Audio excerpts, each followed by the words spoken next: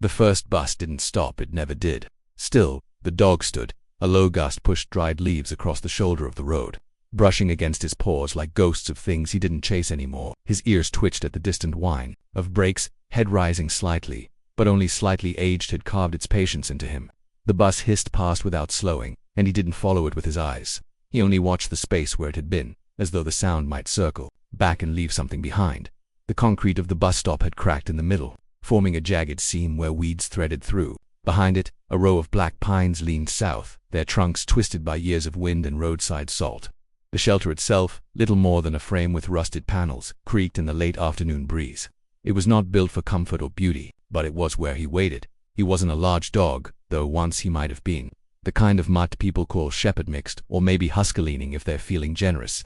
His coat, now sunburnt and ragged, held the memory of black, now to something between charcoal and ash. One eye had clouded to the color of river ice. The other remained alert, not hopeful, just awake. A car passed. He didn't flinch. The dog had learned long ago what mattered and what did in single quotes T. From across the road. An old man watched. He came once, or twice a week, pretending to tend the soft grass patch outside the shuttered post office. He wore a green vest, always the same one, stitched up the side with red thread. It had belonged to his wife. She had patched it when the pockets tore from too many keys and seed packets. She'd died before the dog ever started coming here, but he wore the vest anyway. He didn't know the dog's name. 12 years of watching and he still didn't know, not for lack of trying. Once early on, he'd approached with boiled chicken in a napkin, holding it low and speaking in the soft, cracked voice he used for injured birds. The dog had backed away, not with fear, but something else, not distrust, attachment, as if the man wasn't part of the right story, as if the real one might arrive on the next bus. The dog had taken the chicken once the man was gone. Since then, the old man simply observed, quietly, from a distance. He knew not to interfere with the sacred rituals of waiting. Today, something was different. The dog hadn't sat down. He always sat between the second and third bus, always. First he'd lie curled against the metal pole. Then, as the sun angled behind the trees, he'd rise, stretch stiffly, and lowered himself onto the bench with his chin against the armrest. Today he stood still, ears angled not toward the road, but away from it toward the pines. The man followed his gaze. Nothing there. No movement, no sound, not even a bird. But the dog held that stillness with a quiet tension, as if listening to something the world had forgotten how to make. Then, abruptly, he moved.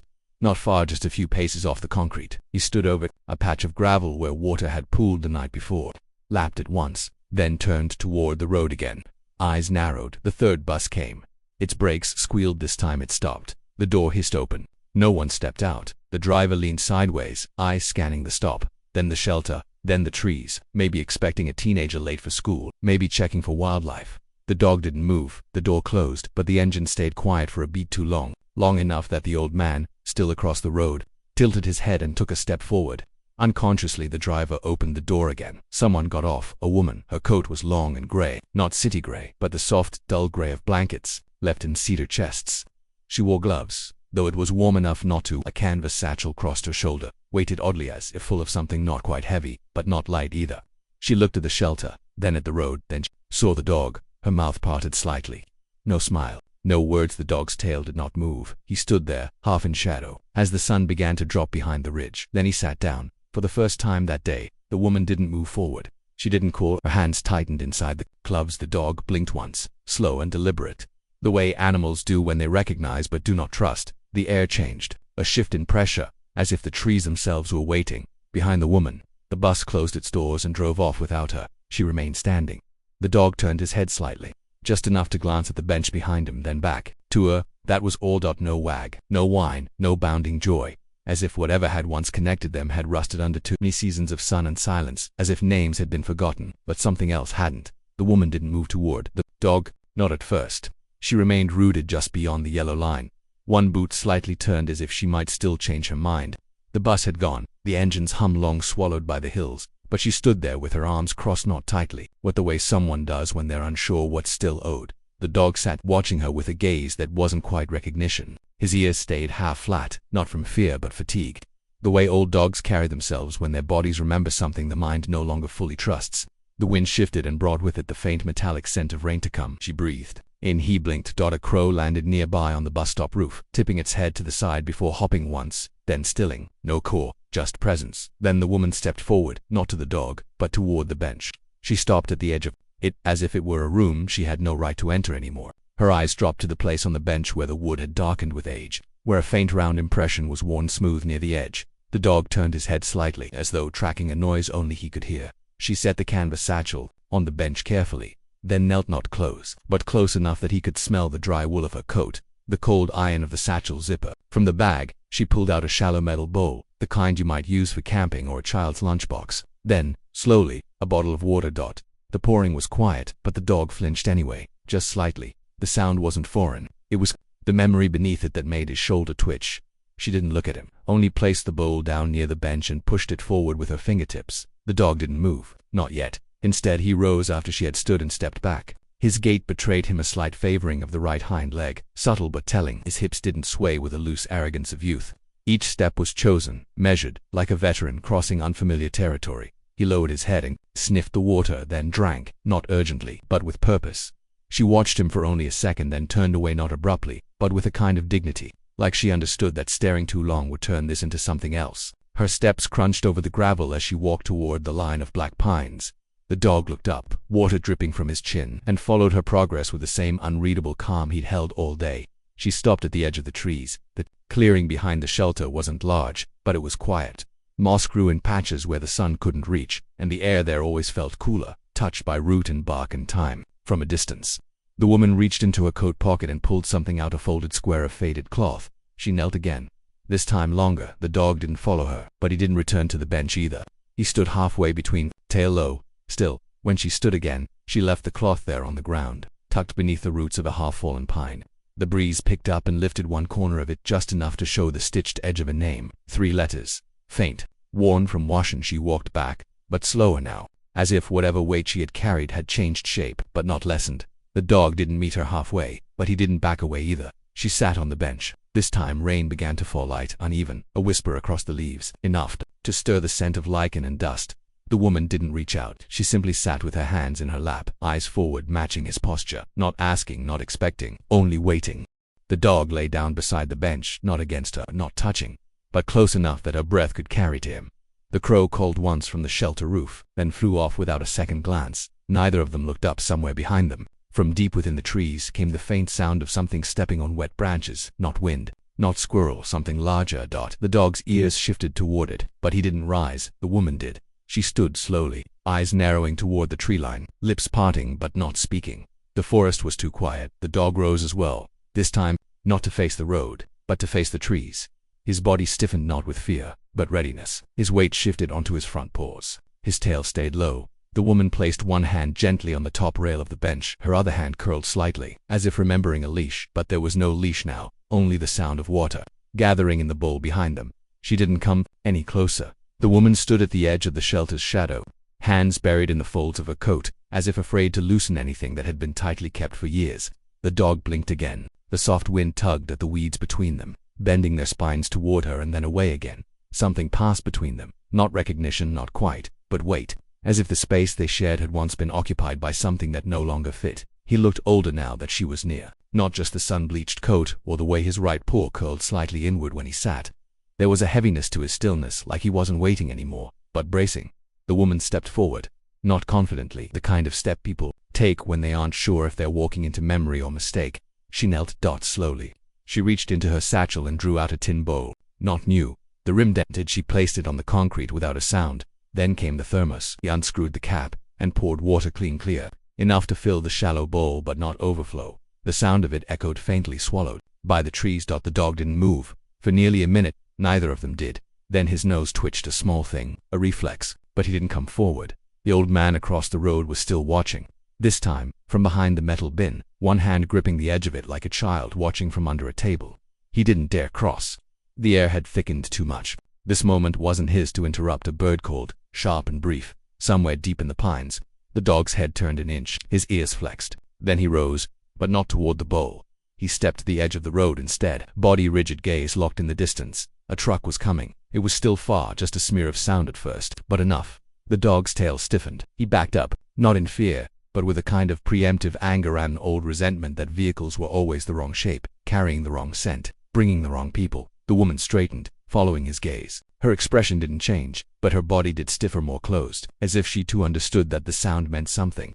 Unwelcome, the truck passed fast. Too fast. The dog flinched, not back but sideways, his rear leg buckling slightly. As he tried to hold posture, the woman's face cracked, not in pity, not in horror, but something smaller, private. She looked at the injured limb the way one looks at an old photograph, knowing the damage was already done long before they arrived. She moved again, this time not toward him. She sat on the bench, the same bench he'd claimed for a dozen years, the very place where her scent if it had ever been hers had long faded into rust and pine needles.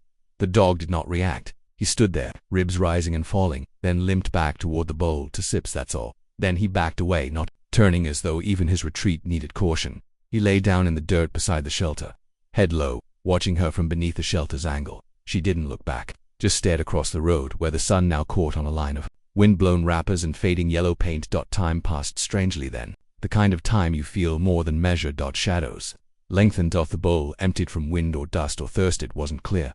The woman reached again into her bag. This time she pulled out a faded red collar. She held it in her lap like it was fragile. The dog's body didn't change, but his breathing did. Quieter, slower, the kind of breath that remembers. Then, from behind them, a low growl broke the stillness. Not from the dog, from the trees. The woman turned her head. The dog stood abruptly. It emerged another dog. Younger, leaner, a pale brown coat flecked with white scars across its muzzle. Not wild, but not tame either. Its ribs showed through. Its eyes were too steady. It walked low to the ground, not fearful but calculating. It wasn't the first time the dog had come.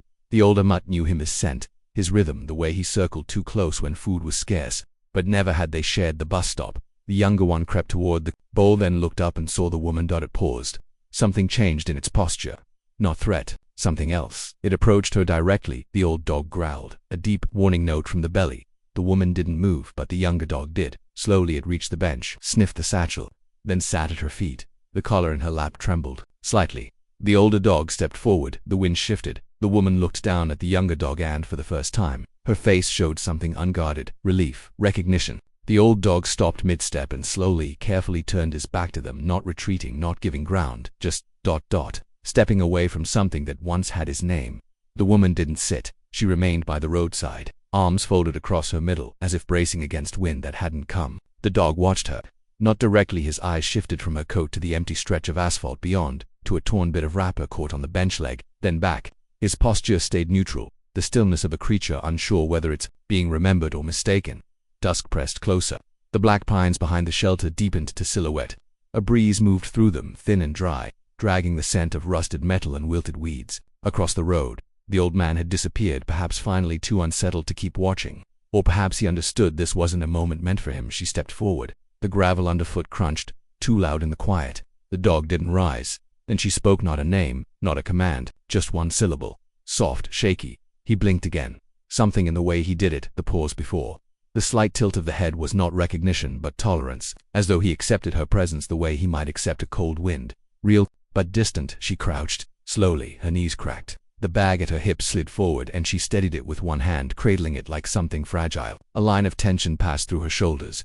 She reached into the bag. The dog stood, his front paw lifted, barely touching the ground before he pulled it back with a flinch. A shallow tear above the pad, old but reopened, pulsed faintly red. He shifted his weight. I fixed on her hand.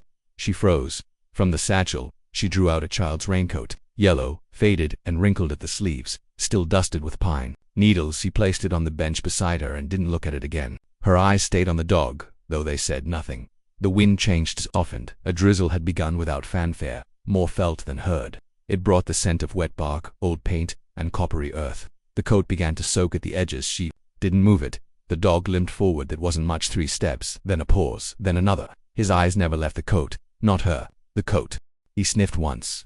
Not the quick, shallow bursts of curiosity. One long draw. Steady. Then he backed away again, slowly, and turned to face the road.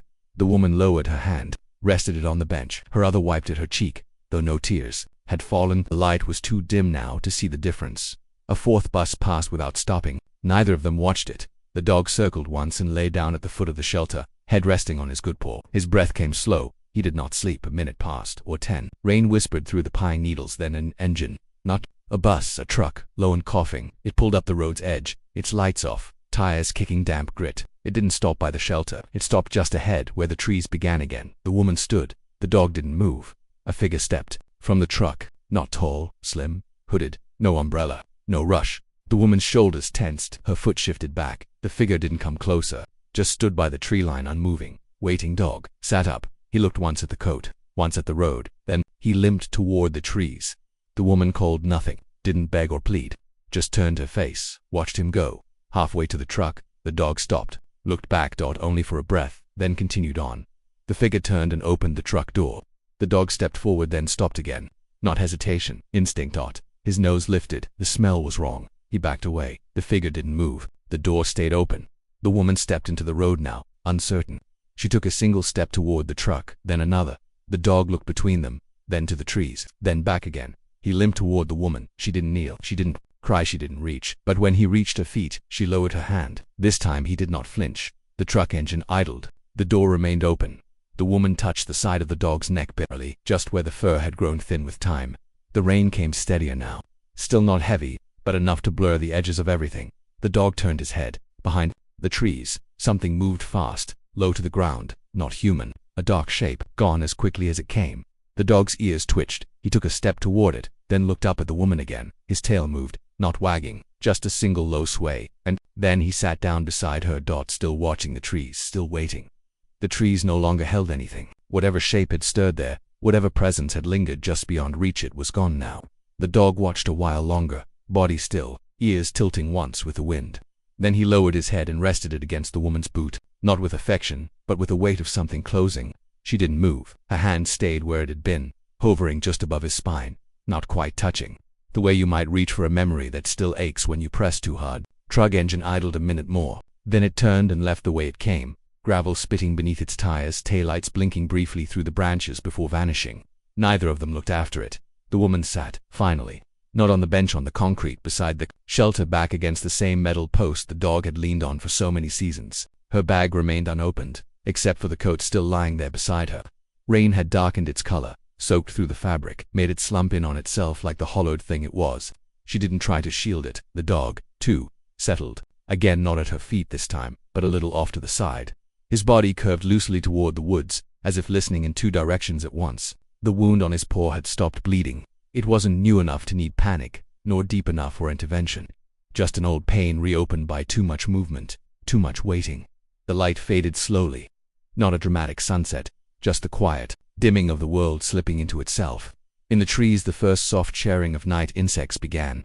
A moth settled on the edge of the shelter roof and clung there, its wings shivering in the damp dot. She looked at the dog without speaking. Her eyes followed the long scar near his shoulder, the patch of missing fur just above his ribs, the old notch in his ear that had never quite healed right. He didn't meet her gaze, but he didn't avoid it either. There had been a boy once, that was clear now, though no name had been spoken, no photograph passed between them. The yellow coat said enough. A boy, and perhaps a road like this one, and the sound of brakes that came too late or not at all. The kind of ending that leaves two living things behind to mourn in different languages. She had not come to take him back. That much was certain. She had come to stand where the boy had once waited, or maybe where he'd last been seen. She had come to see if the dog still remembered, and he had, just not the way she expected. It wasn't loyalty that kept him here. It wasn't hope. It was something quieter, harder to name, a habit of presence, a ritual of return. For 12 years, he had shown up at this place not to reclaim something lost but to keep it from vanishing altogether.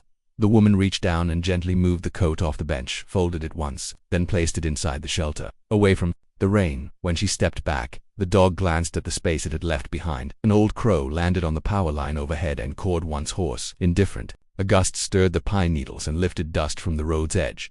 The shelter creaked. The woman stood. Her knees trembled from sitting too long in the cold. She didn't say goodbye, didn't reach down again. She simply turned, slow and steady, and began walking not toward the bus route, but down the road, toward the trees, not back the way she'd come, not toward home necessarily, just away from the stop. The dog stayed, but he did not lie down again. He watched her until the gray of her coat faded into the dusk, until the line between movement and stillness blurred completely. Then he rose and stepped onto the bench, not to wait, but to rest in a place made familiar by time and sorrow. He curled into himself, tailed round ribs, one paw hanging gently off the edge. Above him, the shelter buzzed faintly from a single street lamp, flickering as insects gathered in silent orbit. Across the concrete, where the woman had sat, the imprint of her body slowly dried in the rain.